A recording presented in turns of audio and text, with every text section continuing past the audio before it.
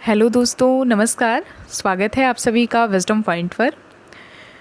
दोस्तों, हम देख रहे हैं पिछले 6 महीनों में जितनी भी परीक्षाएं हुई हैं, जैसे LT grade, assistant professor, TGT, PGT, GDC, GIC, उन सब के हिंदी विषय के प्रश्न पत्र को तो आइए आज इसी क्रम में हम देखेंगे GIC लेक्चरर के प्रश्न पत्र को आयोग द्वारा जारी किए गए उत्तर के साथ में। चलिए देखते हैं आज का पहला प्रश्न। दोस्तों, वीडियो में आगे बढ़ें उससे पहले आप सभी से मेरा निवेदन है कि अगर अभी तक आपने मेरे चैनल को सब्सक्राइब नहीं किया है तो प्लीज़ मेरे चैनल को सब्सक्राइब कर लें, और अगर मेरे वीडियोज़ आपको पसंद आते हैं तो उन्हें लाइक और शेयर भी ज़रूर करें। धन्यवाद दोस्तों। चलिए देखते हैं GIC लेक्चरर में आया हुआ पहला प्रश्न जो हिंदी का था। आप जानते होंगे कि इसमें 120 प्रश्न आते हैं, जिसमें 40 प्रश्न जो है वो GS के होते हैं और 80 प्रश्न होते हैं सब्जेक्ट के। तो 41 में से लेके 120 तक जो प्रश्न था वो हिंदी विषय से संबंधित था। आइए देखते हैं हिंदी का पहला प्रश्न।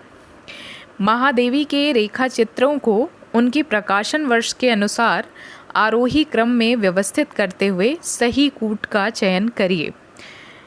महादेवी वर्मा के रेखा चित्र यहाँ पे दिए हुए हैं। पहला है स्मृति की रेखाएं, पथ के साथ ही मेरा परिवार और अतीत के चलचित्र।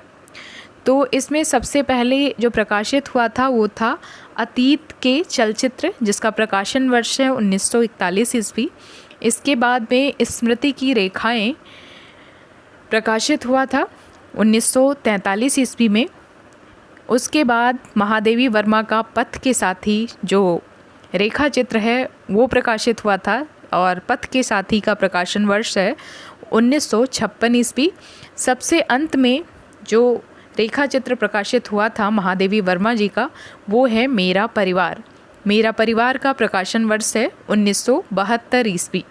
तो इस प्रकार से हम देखें तो जिस ऑप्शन में चौथा, पहला, दूसरा, फिर तीसरा, चौथा, पहला, दूसरा, तीसरा, ऑप्शन ए इस प्रश्न का सही उत्तर माना है आयोग ने।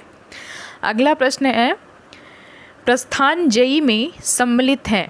प्रस्थान जयी में कौन कौन सम्मिलित है? ऑप्शन है उपनिषद, पुराण, वेद, महासूत्र। तो इस प्रश्न का सही उत्तर माना है आयोग ने प्रस्थान जयी में जो सम्मिलित है वो ऑप्शन सी है, उपनिषद, गीता और ब्रह्मसूत्र। अगला प्रश्न है जिसमें आपको असंगत विकल्प का चयन करना है। यहाँ पे 4 विकल्प हैं जिसमें असंगत विकल्प आपको चयन करना है। भंगी, भंगी का टेढ़ापन, पिक मतलब कोयल, बूरा शक्कर को कहते हैं। इसमें जो असंगत है वो है डीठ और डीठ का निडर। ऑप्शन ए इस प्रश्न का सही उत्तर माना है आयोग ने। अगला प्रश्न है बत कहाऊ रस में जू है, कवित कहावे सोए, काव्य लक्षण पर विचार करने वाले किस कवि की यह पंक्ति है? आपको बताना है बत कहाऊ रस में जू है, कवित कहावे सोए, काव्य लक्षण पर विचार करने वाले किस कवि की यह पंक्ति है? तो ये पंक्ति है आचार्य चिंतामणि की। ऑप्शन डी इस प्रश्न का राइट आंसर माना है आयोग ने। अगला प्रश्न है लिंग्विस्टिक सर्वे ऑफ इंडिया पुस्तक के लेखक कौन है? लिंग्विस्टिक सर्वे ऑफ इंडिया पुस्तक के लेखक का नाम पूछा गया है, और इस पुस्तक के लेखक का नाम है George Abraham Grierson. Option C. अगला प्रश्न है दिए गए इंटरव्यू किस रचनाकार पर आधारित हैं, उनका मिलान करिए। साक्षात्कार एक तरफ है और एक तरफ उसके रचनाकार का नाम दिया हुआ है। आपको यहाँ पे सही मिलान करना है। हाँ मैंने कहा, हाले जुबां कुछ और है, समय के साक्षी और बात से बात। तो यहाँ पे देखिए जो सही उत्तर माना है आयोग ने ऑप्शन ए को माना है। ए का तीसरा यानी कि हाँ मैंने कहा, ये नमिता सिंह का इंटरव्यू है, नमिता सिंह का लिया हुआ इंटरव्यू है। ऑप्शन बी हाले जुबां कुछ और है, ये रमेश चंद्र शाह का है। समय के साथ ही विष्णु प्रभाकर, समय के साक्षी विष्णु प्रभाकर का है और बात से बात ये केदारनाथ सिंह का साक्षात्कार है। तो इस प्रश्न का सही उत्तर माना है आयोग ने ऑप्शन ए को। अगला प्रश्न है जिसमें दिया हुआ है, नीचे दो कथन दिए गए हैं जिनमें से एक कथन है और दूसरा कारक है, आपको उसमें से पहचानना है। पहला अभिकथन है कि सूफी लोग भगवान को एकेश्वर रूप में नहीं बल्कि विशिष्ट द्वैतवादी वेदांतियों की तरह मानते थे। इसका कारण दिया गया है क्योंकि सूफियों के मतवाद पर वेदांत का प्रत्यक्ष प्रभाव था। तो इसका सही आंसर आयोग ने माना है ऑप्शन सी को। इसमें ए और आर दोनों सही हैं और अभिकथन कारण से संबंधित है, यानी कि सूफी लोग भगवान को एकेश्वर रूप में नहीं बल्कि विशिष्ट द्वैतवादी वेदांतियों की तरह मानते थे क्योंकि सूफियों के मतवाद पर वेदांत का प्रत्यक्ष प्रभाव था। इसमें दोनों कथन सही हैं और दोनों कथन एक दूसरे से संबंधित हैं। अगला प्रश्न है, निम्नलिखित में असत्य कौन सा है? आपको पहचानना है इनमें से कौन सा कथन कौन सा विकल्प जो है वो असत्य है। मृच्छकटिकम जिसमें 10 अंक हैं एकदम सही है। रत्नावली में 4 अंक हैं। कुमार संभोम में 17 सर्ग हैं और अभिज्ञान शाकुंतलम में 8 अंक हैं, ये गलत है। अगला प्रश्न है, डॉक्टर रामकुमार वर्मा ने निम्नलिखित में से किस ग्रंथ को आधुनिक साहित्य संपत्ति का बीजक ग्रंथ कहा है? प्रश्न क्या है, फिर से मैं पढ़ती हूँ। डॉक्टर रामकुमार वर्मा ने निम्नलिखित में से किस ग्रंथ को आधुनिक साहित्य संपत्ति का बीजक ग्रंथ कहा है? तो इस प्रश्न का सही उत्तर है हिंदी पुस्तक साहित्य, जिसके लेखक हैं डॉक्टर माता प्रसाद गुप्त। हिंदी पुस्तक साहित्य को रामकुमार वर्मा जी ने आधुनिक साहित्य संपत्ति का बीजक ग्रंथ कहा है। अगला प्रश्न है, आज का तत्सम शब्द कौन सा है? तो ये आसान प्रश्न था। आज का तत्सम शब्द कौन सा है? तो इसका सही उत्तर है ऑप्शन बी, अद्य। अगला प्रश्न है, भीष्म साहनी की मेरी साहित्यिक यात्रा किस विधा की रचना है? आपको बताना है कि भीष्म साहनी की मेरी साहित्यिक यात्रा किस विधा की रचना है। ऑप्शन है साक्षात्कार, डायरी साहित्य, यात्रा साहित्य, आत्मकथा। तो ये मेरी साहित्यिक यात्रा है, इसलिए बहुत सारे लोगों ने इसमें जो सही विकल्प लगाया था वो यात्रा साहित्य लगाया था, लेकिन ये भीष्म साहनी की आत्मकथा है। ऑप्शन बी इस प्रश्न का राइट आंसर है। अगला प्रश्न है, निम्नलिखित में से किसका संबंध कबीर पंथ से नहीं है? इनमें से किसका संबंध कबीर पंथ से नहीं है, आपको बताना है। पहला विकल्प है सुरत गोपाली शाखा, धर्मदासी शाखा, भक्ताही पंथ या साधो पंथ। तो इसमें किसका संबंध कबीर से नहीं है? इसमें जो सही विकल्प माना है आयोग ने ऑप्शन 4 यानी कि साधो पंथ का संबंध कबीर से नहीं है। शेष जो तीनों पंथ हैं वो कबीर पंथ से संबंधित हैं। अगला प्रश्न लेते हैं। अगला प्रश्न है, निम्नलिखित में असंगत विकल्प का चयन करिए। इनमें से आपको असंगत विकल्प का चयन करना है और असंगत विकल्प जो है वो है अर्धविवृत माना गया है आ को। आ जो है वो पश्च स्वर में आता है और यहाँ पे लिखा हुआ है अर्धविवृत। अगला प्रश्न है, प्रीतम की यह रीत सखी मुँह पे कही न जाए, झिझकत हूँ ढिंढ ही रहत पल न वियोग सुहाए। इस दोहे में कौन सी शब्द शक्ति है? यहाँ पे शब्द शक्ति पूछा गया है आपसे कि प्रीतम की यह रीत सखी मुँह पे कही न जाए, झिझकत हूँ ढिंढ ही रहत पल न वियोग समाए। इस दोहे में कौन सी शब्द शक्ति है? तो इस प्रश्न का सही उत्तर है ऑप्शन सी, आर्थी व्यंजना। यहाँ पे आर्थी व्यंजना है। अगला प्रश्न है, निम्नलिखित कथनों पर विचार कर सही कथन का चयन करिए। आपको बताना है इसमें सही कथन का चयन करना है। नंबर 1 है, आत्मनि पद का अर्थ अपनी आत्म से दूसरे के लिए प्रयोग किया गया है।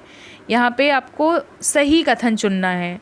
यानी यहाँ पे क्या लिखा हुआ है ऑप्शन ए में कि आत्मने पद का अर्थ अपनी आत्म से दूसरे के लिए प्रयोग किया गया है। क्री धातु उभय पदी है, वी उपसर्ग के साथ में या परस्मय पद में प्रयुक्त होता है। कभी कभी उपसर्गों के साथ जुड़े रहने पर धातु के पद में परिवर्तन नहीं होता है। या ऑप्शन डी है कि उभय पदी धातुओं का प्रयोग करते समय यदि क्रिया का फल कर्ता को मिलता है तो आत्मनेपद पद का रूप प्रयुक्त है। ऑप्शन डी इस प्रश्न का सही उत्तर ऑप्शन आयोग ने माना है। अगला प्रश्न है, दिए गए संस्मरणों को उनके रचनाकारों से मिलान करते हुए सही कूट का चयन करना है। यहाँ पे एक तरफ रचनाकार हैं, दूसरी तरफ उनके संस्मरण हैं। सबसे पहले अमृत राय जी का नाम आता है, तो आपको उनके संस्मरण का नाम याद होगा। नहीं याद है तो मैं बताती हूँ। अमृत राय जी का जो संस्मरण है वो है जिनकी याद हमेशा रहेगी, ऑप्शन 4। विंदु अग्रवाल जी का जो संस्मरण है वो उसका नाम है यादें और बातें। विद्यानिवास मिश्र जी का जो संस्मरण है उसका नाम है चिड़िया रैन बसेरा। रामदरस मिश्र जी का संस्मरण है अपने अपने रास्ते। और राजेंद्र यादव का जो संस्मरण है वो है वे देवता नहीं हैं। तो इस प्रकार से पहले का चौथा जहाँ पे सही होगा, और ऑप्शन डी इस प्रश्न का सही उत्तर माना है आयोग ने। अगला प्रश्न देखते हैं। भाषा उच्चारणों से उच्चरित यादृच्छिक प्रतीकों की वह व्यवस्था है जिसके द्वारा एक समाज के लोग आपस में भावों और विचारों का आदान प्रदान करते हैं। यह परिभाषा किसकी है, आपको बताना है कि ये परिभाषा किसकी है। भाषा उच्चारणों से उच्चरित यादृच्छिक प्रतीकों की वह व्यवस्था है जिसके द्वारा एक समाज के लोग आपस में भावों और विचारों का आदान प्रदान करते हैं। यह किसकी परिभाषा है, तो ये परिभाषा है भोलानाथ तिवारी की। ऑप्शन बी इस प्रश्न का राइट आंसर आयोग ने माना है। अगला प्रश्न है, काव्य गुणों की इस विशाल वनस्थली में अपना सहज सौंदर्य है। वह उस रमणीय उद्यान के समान नहीं है जिसका सौंदर्य पद पद पर माली के कृतित्व की याद दिलाया करता है, बल्कि उस अकृत्रिम वन भूमि की भांति है जिसका रचयिता रचना में ही घुल मिल गया है। सूर सागर के संबंध में यह कथन किस आलोचक का है। मैं एक बार फिर से पढ़ती हूँ। काव्य गुणों की इस विशाल वनस्थली में अपना सहज सौंदर्य है। वह उस रमणीय उद्यान के समान नहीं है जिसका सौंदर्य पद पद पर माली के कृतित्व की याद दिलाया करता है, बल्कि उस अकृत्रिम वन भूमि की भांति है जिसका रचयिता रचना में ही घुल मिल गया है। सूर सागर के संबंध में यह किस आलोचक का मत है, तो ये मत है आचार्य हजारी प्रसाद द्विवेदी जी का। अगला प्रश्न है, निम्नलिखित में से सही युग्म का चयन करिए। इसमें आपको सही युग्म का चयन करना है और सही युग्म है कि ह्रस्व स्वर है उ। यहाँ पे देखिए दीर्घ स्वर दिया हुआ है ए, तो ये कुछ लोगों ने माना कि दीर्घ स्वर है, लेकिन ये संयुक्त स्वर है। ये बना हुआ है अ और उ से, तो ए हुआ है। इसलिए यहाँ पे जो सही विकल्प आयोग ने माना है वो ह्रस्व स्वर है और जो ह्रस्व स्वर है वो है उ। अगला प्रश्न है, आचार्य शंकुक के अनुमतिवाद के संदर्भ में निम्नलिखित कथनों पर विचार करिए। आचार्य शंकुक ने जो सिद्धांत दिया था वो है अनुमतिवाद का सिद्धांत, और इसके संदर्भ में जो कथन प्रस्तुत हैं, रस की स्थिति अनुकार्य में होती है। और दूसरा कथन है, विभावा आदि अनुमापक हैं और अनुमाप्य। निम्नलिखित कूट को सही दिए गए कूट से सही उत्तर का चयन करना है। तो इसमें जो दोनों कथन हैं वो सही हैं। रस की स्थिति अनुकार्य या मूल पात्र में होती है, बिल्कुल सही है। विभाव आदि अनुमापक हैं और अनुमाप्य। ऑप्शन विकल्प जो 2 है वो भी सही है। तो यहाँ पे ए और 2 दोनों सही हैं। अगले प्रश्न की ओर चलते हैं। अगला प्रश्न है, निम्नलिखित में से कौन सी रचना नाट्य विधा के अंतर्गत नहीं है। इनमें से कौन सी रचना ऐसी है जो नाट्य विधा के अंतर्गत नहीं है। सिंदूर की होली, कामना, बूंद और समुद्र या अंगूर की बेटी। तो ये तीनों नाटक हैं और जो बूंद और समुद्र है ये अमृतलाल नागर जी का ये उपन्यास है। तो ये इस प्रश्न का सही उत्तर हो जाएगा ऑप्शन सी। अगला प्रश्न है, संस्कृत व्याकरण के संदर्भ में किस समास को तत्पुरुष का भेद माना जाता है? संस्कृत व्याकरण के संदर्भ में किस समास को तत्पुरुष का भेद माना जाता है? तो इसका राइट आंसर है कर्मधारय और देगु समास को। अगला प्रश्न है, नीचे दिए गए निबंध और निबंधकार की सूची को सुमेलित करके सही कूट का चुनाव करिए।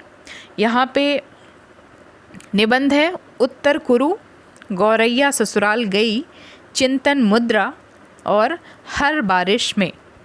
तो इसमें उत्तर कुरु ये रचना है कुबेरनाथ राय की, पहले का तीसरा, गौरैया गई ससुराल दूसरे का पहला, चिंतन मुद्रा डॉक्टर विष्णुकांत शास्त्री का है और हर बारिश में ये निर्मल वर्मा का है।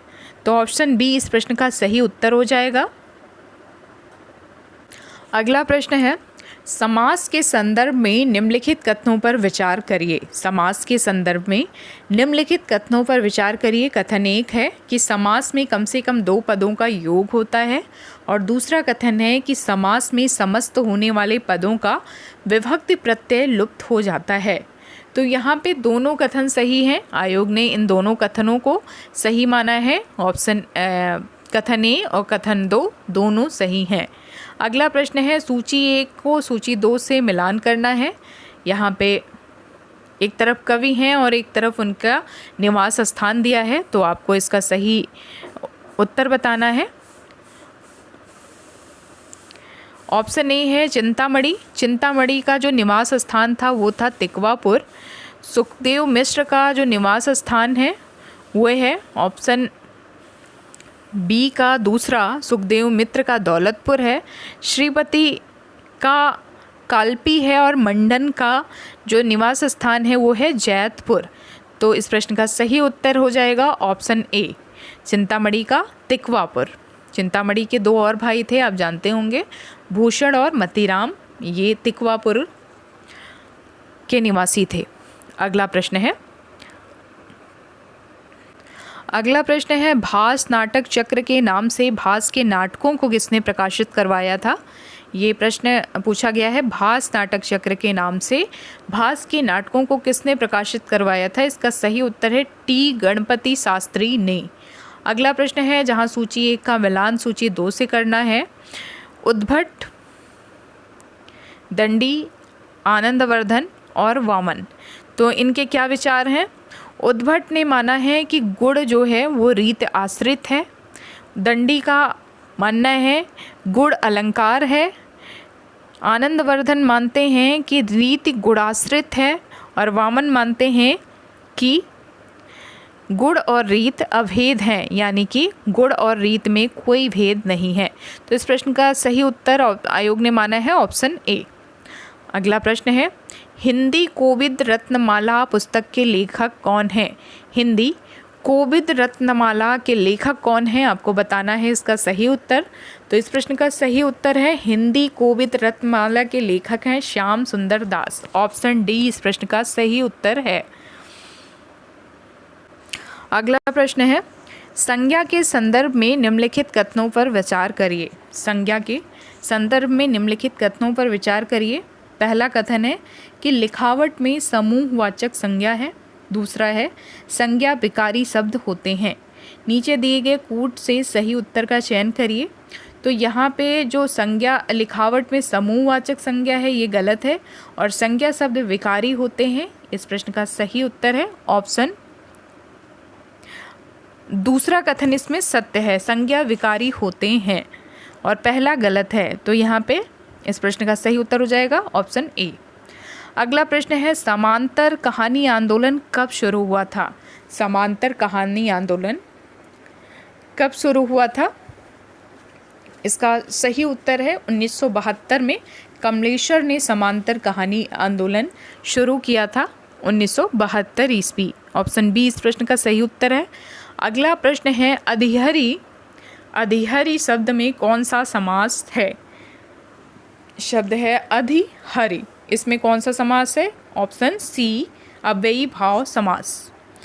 अगला प्रश्न है, सुमित्रा नंदन पंत का संपूर्ण व्यक्तित्व गीतमय है, वे मूलतः गीत काव्य के कवि हैं या कथन के सालोचक का है? मैं एक बार फिर से पढ़ती हूँ कथन को। सुमित्रा नंदन पंत का संपूर्ण व्यक्तित्व गीतमय है, वे मूलतः गीत काव्य के कवि हैं या कथन के सालोचक का है? तो ये कथन आचार्य हजारी प्रसाद द्विवेदी जी का है। ऑप्शन बी इस प्रश्न का सही उत्तर है। अगला प्रश्न है, आहा विचारे दुख के मारे, निस्दिन पचपच मरे किसान, अब अनाज उत्पन्न होए तब सब उठवा ले जाए लगान। उक्ति पंक्तियों के रचनाकार कौन हैं?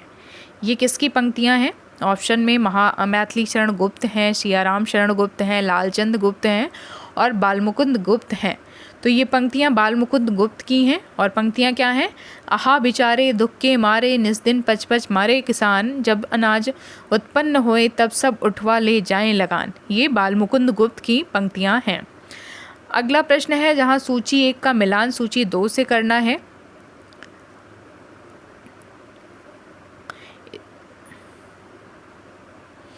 राजशेखर जिनकी रचना है विद्वसाल भंजिका, विश्वनाथ जी की रचना है, इसमें दंडी की 10 कुमार चरितम है। तो ए का तीसरा, डी का चौथा, इस प्रकार इस प्रश्न का सही उत्तर हो जाएगा ऑप्शन डी, जिसमें ए का तीसरा, बी का दूसरा और सी का पहला है, यानी कि श्रीहर्ष का प्रियदर्शिका है, विश्वनाथ का प्रभावती पर्णय है, राजशेखर का विद्वशाल भंजिका है और दंडी का 10 कुमार चरित है। ऑप्शन डी इस प्रश्न का राइट आंसर है। अगला प्रश्न है, राम तुम्हारा चरित स्वयं ही काव्य है, कोई कवि बन जाए सहज संभाव्य है। इस पंक्ति के रचयिता कौन है? ऑप्शन है शिवमंगल सिंह सुमन, श्याम नारायण पांडे, सोहनलाल द्विवेदी और मैथिली शरण गुप्त। तो आयोग ने इस प्रश्न का सही उत्तर मैथिली शरण गुप्त माना है। अगला प्रश्न है, मुहावरा अर्थ के संदर्भ में सुसंगत विकल्प का चयन करिए। मुहावरा अर्थ के संदर्भ में सही विकल्प का चयन आपको करना है। ऑप्शन ए है एकलव्य की गुरु भक्ति, यानी कि कर्तव्य करके मरना, नारद भक्ति, कर्म का पूर्ण ज्ञान होना, हमीर हट किसी और का ना रहना, बलिबंधन बिना दोष के दंडित करना। तो ऑप्शन डी इस प्रश्न का सही उत्तर हो जाएगा।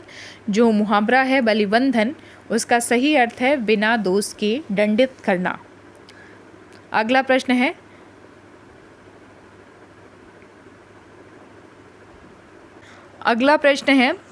चक्रिन ढोक्से में कौन सी संधि है? चक्रिन ढोक्से में कौन सी संधि है? इसमें कोई संधि नहीं है। जो ऑप्शन में है विसर्ग संधि भी नहीं है, अच्छ संधि भी नहीं है, हल संधि भी नहीं है। इस प्रश्न का सही उत्तर है उपर्युक्त में से कोई नहीं। अगला प्रश्न है, अज्ञेय और उनके सहयोगी कवि शमशेर बहादुर सिंह बात के कवि हैं। गजानन माधव मुक्तिबोध खबर और बात के या कथन के सालोचक का है।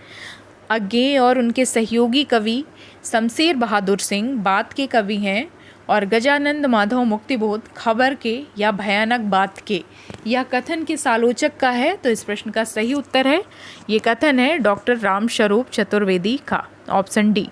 अगला प्रश्न है, पंडित राज जगन्नाथ को पंडित राज की उपाधि किस शासक ने दी थी? पंडित राज जगन्नाथ को पंडित राज की उपाधि किस शासक ने दी थी? तो इस प्रश्न का सही उत्तर है ऑप्शन डी, शाहजहां ने दी थी। अगला प्रश्न है, हमारे सामने समाज का आज जो रूप है वह न जाने कितने ग्रहण और त्याग का रूप है।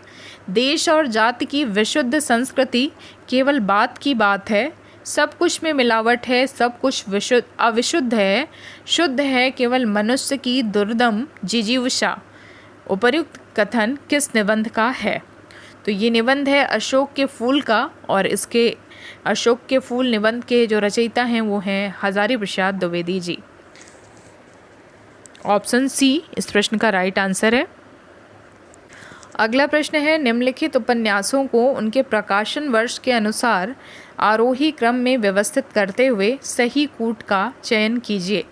यहाँ पे आपको सही कूट का चयन करना है, प्रकाशन वर्ष के अनुसार इन उपन्यासों को लगाना है। सबसे पहले नूतन ब्रह्मचारी उपन्यास का प्रकाशन हुआ था, फिर 100 अजान 100 जान बालकृष्ण भट्ट का ये उपन्यास है। अधकिला फूल ये अयोध्या सिंह उपाध्याय हरिओद का उपन्यास है, और ठेठ हिंदी का ठाठ ये भी हरिओद जी का ही है। तो यहाँ पे सबसे पहले प्रकाशन हुआ था ऑप्शन ए नूतन ब्रह्मचारी का, फिर 100 अजान 100 जान का, फिर ठेठ हिंदी के ठाठ का, और चौथा अधकिला फूल, तीसरा अधकिला फूल सबसे लास्ट में प्रकाशित हुआ था। तो ऑप्शन बी इस प्रश्न का राइट आंसर है। अगला प्रश्न है, दूसरों के सुख के लिए अपने सुखों का त्याग वाक्यांश के लिए उपयुक्त शब्द इनमें से कौन सा है? दूसरों के सुख के लिए अपने सुखों का त्याग करना आत्मोत्सर्ग कहलाता है। ऑप्शन सी इस प्रश्न का सही उत्तर है। अगला प्रश्न है, निम्नलिखित काव्य ग्रंथों के प्रकाशन वर्ष को ध्यान में रखते हुए आरोही क्रम में सही कूट का चयन करिए। यहाँ पे उच्छ्वास, वीणा, गुंजन, पल्लव ये रचनाएं दी गई हैं जो कि पंत जी की हैं, और इनका सही आपको यहाँ पे सही कूट का चयन करना है। तो सबसे पहले पंत जी की जो रचना है उच्छ्वास वो प्रकाशित हुई थी, फिर वीणा का प्रकाशन हुआ था, फिर पल्लव का प्रकाशन हुआ था, और सबसे लास्ट में गुंजन का प्रकाशन हुआ था। तो यहाँ पे ऑप्शन ए इस प्रश्न का सही उत्तर हो जाएगा। अगला प्रश्न है, निम्न संस्कृत कृतियों को उनकी विधाओं के साथ मिलान करिए। यहाँ पे संस्कृत के कृतियों को उनकी विधाओं के साथ में मिलान करना है। मेघदूत क्या है? तो मेघदूत कालिदास जी का एक खंड काव्य है। मालविकाग्निमित्रम एक नाटक है। विक्रमोर्वशीयम एक त्रोटक है, और कुमार संभवम कालिदास जी का महाकाव्य है। तो पहले का तीसरा जहाँ पे है वो सही होगा, पहले का तीसरा, दूसरे का पहला। ऑप्शन बी इस प्रश्न का राइट आंसर है। अगला प्रश्न है, निम्नलिखित पत्रिकाओं के उनके प्रकाशन स्थान से मिलान करते हुए सही कूट का चयन करिए। आपको सही कूट का चयन करना है। तो यहाँ पे जो बी पत्रिका है भारत मित्र, उसका प्रकाशन अलीगढ़ से होता था। बी का तीसरा जी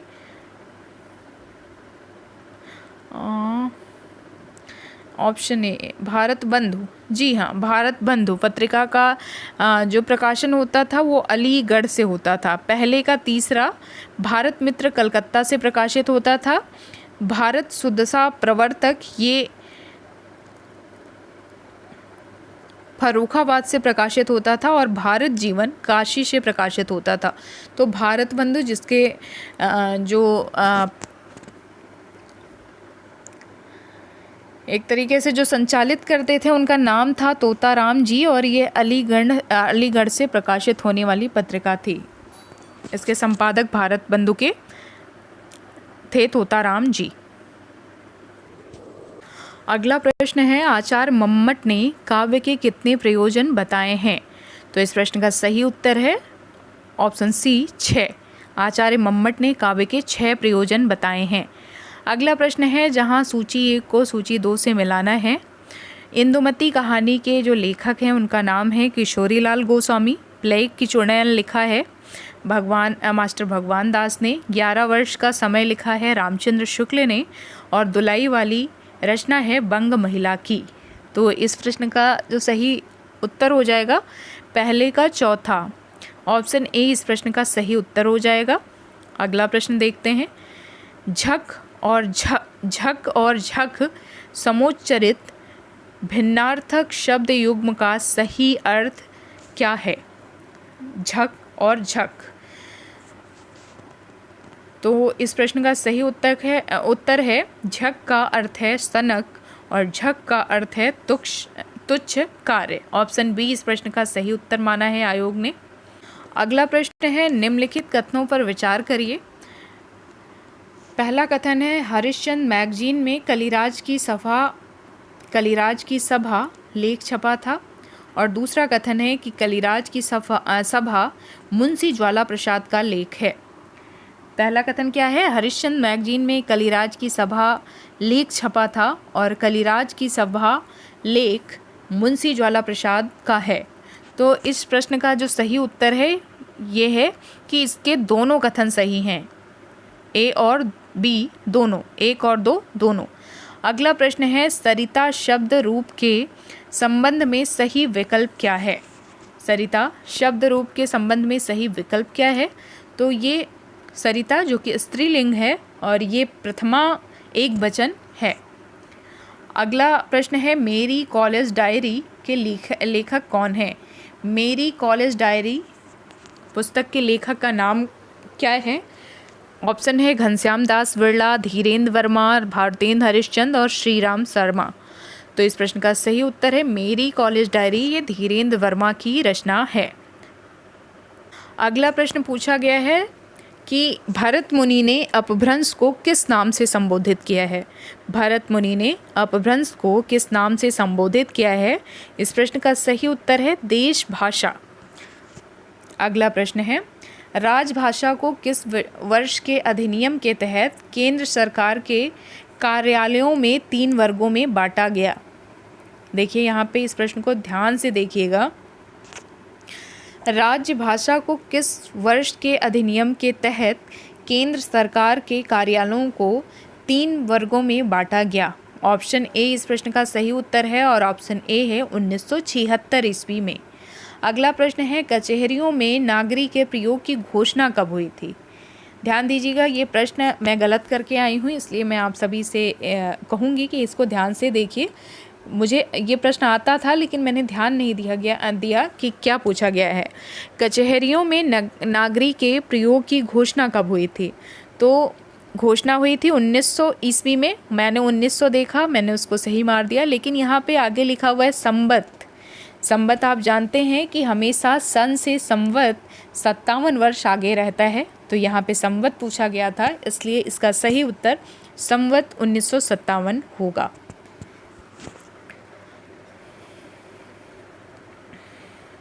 अगला प्रश्न है, जहाँ सूची 1 को सूची 2 से मिलाना है। सोना क्या थी?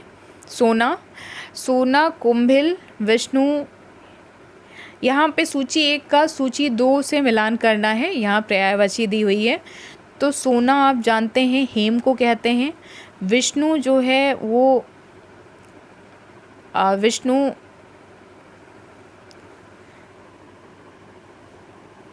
का जो पर्यायवाची है वो है मुकुंद। ब्रह्मा को लोकेश कहते हैं और चोर को कुंभिल कहते हैं। तो यहाँ पे सूची 1 को सूची 2 से मिलाने पे हम पाते हैं कि देखिए सोना हेम को कहते हैं और पहले का दूसरा, दूसरे का चौथा, तीसरे का पहला और चौथे का तीसरा। ऑप्शन विकल्प ए इस प्रश्न का सही उत्तर है। अगला प्रश्न है, कविवचन सुधा जनता के हितों के लिए लड़ने वाले निर्भीक सैनिक की तरह थी, यह कथन किसका है? कविवचन सुधा जो भारतेंद्र जी की मैगजीन थी, 1868 में इसका प्रकाशन हुआ था। जनता के हितों के लिए लड़ने वाले निर्भीक सैनिक की तरह थी, यह कथन है डॉक्टर रामविलास शर्मा का। अगला प्रश्न है, विद्यापति को मैथिल कोकिल की उपाधि किस रचना के कारण दी गई? तो विद्यापति को मैथिल कोकिल की उपाधि उनके पदावली के कारण दी गई। उनकी जो रचना है पदावली, उनके कारण उन्हें मैथिल कोकिल कहा गया। अगला प्रश्न है, निम्नलिखित में से किस विकल्प में भास ने महाभारत की कथा को आधार बनाया है? इनमें से कौन से विकल्प में भास ने महाभारत की कथा को आधार बनाया है? तो ऑप्शन डी है, जिनमें जो 4 नाटक दिए गए हैं, 4 जो रचनाएं हैं वो भास की हैं और भास ने इन चारों रचनाओं में महाभारत की कथा को आधार बनाया है। पहली जो रचना है वो है पंचरात्रम, दूतवाक्यम, कर्णभारम और दूत घटोत्कचम। अगला प्रश्न है, जिन स्वरों का उच्चारण नाक और मुंह से होता है, उच्चारण में लघुता रहती है, उसे क्या कहा जाता है? जिन स्वरों का उच्चारण नाक और मुंह से होता है और उच्चारण में लघुता रहती है उसे अनुनासिक कहा जाता है। ऑप्शन ए अनुनासिक।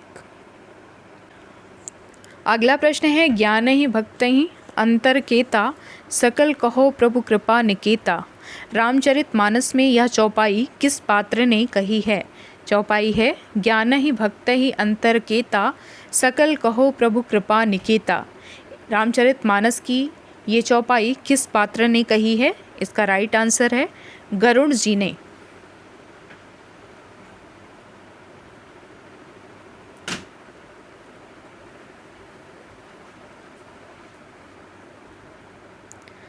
अगला प्रश्न है लोकोक्ति अर्थ के संदर्भ में असंगत विकल्प का चयन करना है। जो असंगत है उसको आपको चयन करना है उसका। पहला विकल्प है एक तंदुरुस्ती हजार नियामत, यानी स्वास्थ्य बहुत बड़ी चीज़ है, बिल्कुल सही। खग जाने खग ही की भाषा, यानी चालाक ही चालाक की भाषा समझता है। सांच को आँच नहीं, यानी कि सच्चे को डरने की आवश्यकता नहीं है। और कबहु निरामिस होए न कागा, कबहु निरामिस होए न कागा, यानी कि अधिक लालची को कुछ भी नहीं मिलता। ये इसका सही उत्तर नहीं होगा। निरामिस मतलब क्या? मतलब कागा, कौवा कभी शाकाहारी हो सकता है? नहीं। यहाँ पे ऑप्शन डी असंगत है, शेष सारे विकल्प सही हैं। अगला प्रश्न है पत्र प्रकाशन वर्ष के संदर्भ में सही विकल्प का चयन करना है। यहाँ पे पत्र दिए हुए हैं और उनका प्रकाशन वर्ष दिया हुआ है और यहाँ आपको सही विकल्प का चयन करना है। तो सही विकल्प है नवीन वाचक, जिसका प्रकाशन वर्ष 1881 ईस्वी है। ये सही विकल्प है। अगले प्रश्न की ओर चलते हैं। अगला प्रश्न है बोलते समय शब्द के उच्चारण की अस्पष्टता तथा उसके अर्थ की अस्पष्टता हेतु प्रयुक्त बल को भाषा विज्ञान में क्या कहा जाता है? बोलते समय शब्द के उच्चारण की अस्पष्टता और उसके अर्थ की अस्पष्टता हेतु प्रयुक्त बल को भाषा विज्ञान में क्या कहा जाता है? इसका सही उत्तर है बलाघात। Option B बलाघात। अगला प्रश्न है दिए गए कथनों पर संस्कृत व्याकरण के संदर्भ में विचार करते हुए सत्य कथन का चयन करिए। तो यहाँ पे जो सत्य कथन है, पहला कथन है कि दीर्घ संधि में जिन वर्णों के उच्चारण और अभ्यांतर प्रयत्न समान हैं वो परस्पर सवर्ण कहे जाते हैं। दूसरा है हितोपदेश की संधि यड़ संधि है। तीसरा है सरयुर्मी का संधि विशेष सरयू उर्मी होगा और महोत्सव गुण संधि का उदाहरण है। तो इस प्रश्न का सही उत्तर हो जाएगा केवल 1, 3 और 4। इसमें 1, 3 और 4 सही है। हितोपदेश में यड़ संधि नहीं है।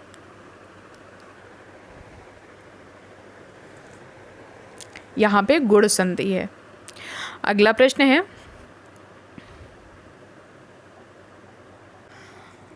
प्रश्न है पत्रिका प्रकाशन स्थान के संबंध में असंगत युग्म का चयन करिए। विज्ञान लोक पत्रिका आगरा से प्रकाशित होती है। किसान भारती पंतनगर से प्रकाशित होती है। ऊर्जा प्रयाग से प्रकाशित होती है और अग्रहायण ये लखनऊ से प्रकाशित होने वाली पत्रिका है। तो यहाँ जो ऑप्शन सी है ऊर्जा पत्रिका, ये प्रयाग से प्रकाशित होती है, ये असंगत है। शेष सारी पत्रिकाएं जहाँ से प्रकाशित होती हैं उसका विकल्प सही दिया हुआ है। अगला प्रश्न है एको रसा करुण एव निमित्त भेदाद भिन्नः पृथग वाश्रयते विवर्तनान। उपर्युक्त श्लोक किस संस्कृत ग्रंथ से उद्धृत है? तो एको रसा करुण ये उत्तर रामचरितम से लिया गया है और आप जानते होंगे कि उत्तर रामचरितम ये रचना है भवभूति की, जिन्होंने एको रसा करुण माना है, यानी कि इन्होंने करुण को ही रस माना है। उनके अनुसार करुण ही एक मात्र रस है।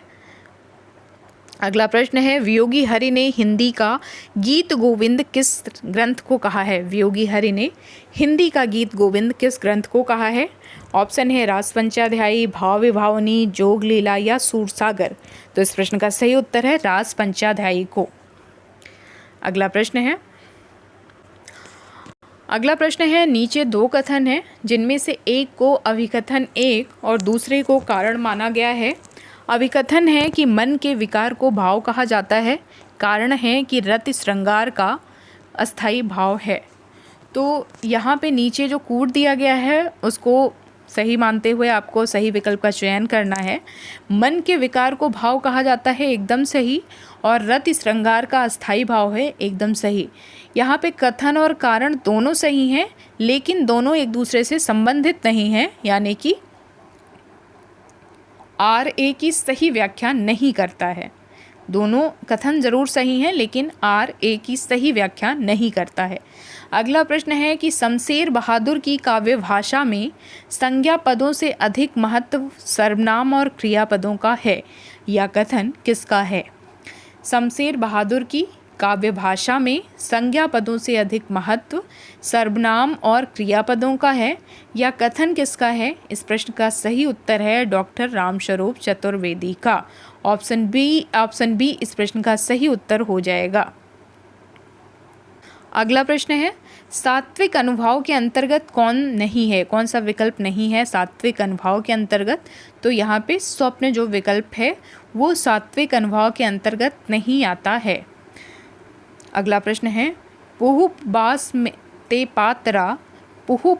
ते पातरा ऐसा तत्व अनूप या पंक्ति किस कवि द्वारा लिखित है? आपको बताना है कि ये किस कवि द्वारा रचित पंक्तियाँ हैं। तो इस प्रश्न का सही उत्तर है ऑप्शन सी, कबीरदास। कबीरदास ने ही कहा है पुहुप बास ते पातरा ऐसा तत्व अनूप। अगला प्रश्न है, जहाँ सही विकल्प का चयन करना है। विश्वैक शब्द में वृद्धि संधि है, वाड़यूर्मी शब्द में गुण संधि है, गवीश शब्द में अयादि संधि नहीं है, दैत्यारी शब्द में यड़ संधि है। तो इसमें से सही विकल्प है, यहाँ जो सही विकल्प है वो है ऑप्शन ए, विश्वैक शब्द में वृद्धि संधि है। अगला प्रश्न है, निम्न प्रदत्त कथनों पर विचार करते हुए सही कथनों का चयन करिए।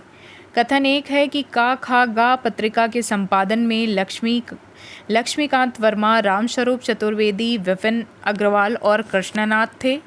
कथन दो है कि नरेश मेहता और श्रीकांत वर्मा ने अभिप्राय पत्रिका का संपादन किया है। इला डालमिया ने नया प्रतीक पत्रिका का संपादन किया है। विश्वनाथ प्रसाद तिवारी ने दस्तावेज का संपादन किया है और पहल पत्रिका के संपादक ज्ञान रंजन भोपाल से निकालते थे। पहल पत्रिका के संपादक ज्ञान रंजन भोपाल से निकालते थे। तो यहाँ पे जो सही है कूट है वो है 1, 3 और 4।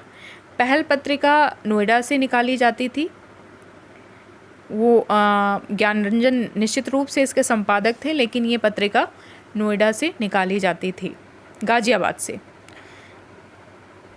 विश्वनाथ प्रसाद तिवारी ने दस्तावेज का संपादन किया था, बिल्कुल सही, ये गोरखपुर से निकलती थी ये पत्रिका। और पहला भी सही है, तो यहाँ पे पहला, तीसरा और चौथा विकल्प सही है। अगला प्रश्न है, यदि भारत दूरदशा पहला राजनीतिक नाटक है तो अंधेर नगरी पहला आधुनिक नाटक। भारतीय द्विगीन नाटकों के संदर्भ में यह कथन किस आलोचक का है? तो ये आलोचक हैं बच्चन सिंह, जिन्होंने कहा था कि यदि भारत दूरदशा पहला राजनीतिक नाटक है तो अंधेर नगरी पहला आधुनिक नाटक। अगला प्रश्न है, वैदिक शब्दों के संग्रह ग्रंथ को या कोश को क्या कहते हैं? वैदिक शब्दों के संग्रह ग्रंथ को क्या कहते हैं? तो इस प्रश्न का सही उत्तर है निघट्टू। निघट्टू वैदिक शब्दों के कोश को कहा जाता है। अगला प्रश्न है, तात्विक दृष्टि से ना हम इन्हें पूरे अद्वैतवादी कह सकते हैं ना एकेश्वरवादी। कबीर के संबंध में यह कथन किस आलोचक का है? तो ये कथन है आचार्य रामचंद्र शुक्ल जी का। उन्होंने कबीर के बारे में कहा था कि तात्विक दृष्टि से ना तो हम इन्हें पूरे अद्वैतवादी कह सकते हैं और ना ही एकेश्वरवादी। अगला प्रश्न है, नाक पर मक्खी ना बैठने देने का क्या अर्थ है? नाक पर मक्खी ना बैठने देने का क्या अर्थ है? ऑप्शन है बोलने से रोकना, विरोध में खड़े रहना, निर्दोष बचे रहना या तंग करना। तो इस प्रश्न का सही उत्तर है नाक पर मक्खी ना बैठने देने का अर्थ है निर्दोष बचे रहना। ऑप्शन सी इस प्रश्न का राइट आंसर है। अगला प्रश्न है, मधु काकरिया का उपन्यास खुले गगन के लाल सितारे किस विषय पर केंद्रित है? आपको बताना है कि मधु काकरिया का जो उपन्यास है खुले गगन के लाल सितारे वो किस विषय पर केंद्रित है? ऑप्शन है वेश्याओं का जीवन, जैन साध्वियों का जीवन, भारतीय किसान जीवन या नक्सलवादी आंदोलन।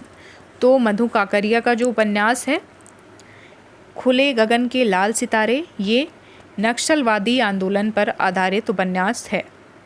अगला प्रश्न है, वे कला के अत्यंत उच्च सोपान पर आरोहण कर चुके हैं। हमारे लोग जब उन्हें देखते हैं तो आश्चर्यचकित रह जाते हैं। वे ना तो उनका वर्णन ही कर सकते हैं ना वैसा निर्माण कर सकते हैं। यह कथन किस विद्वान का है? ये कथन है अलबरूनी का।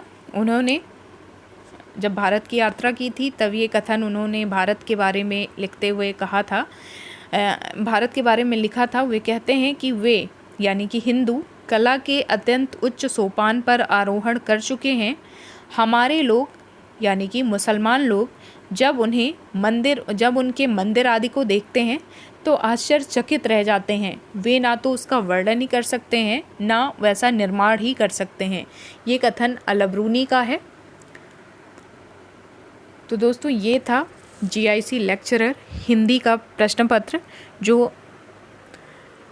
जिसकी परीक्षा हुई थी 14 जून 2026 को। उम्मीद करती हूँ कि ये वीडियोज़ आपको पसंद आ रहे होंगे। मिलते हैं अपने अगले वीडियो में, तब तक के लिए नमस्कार।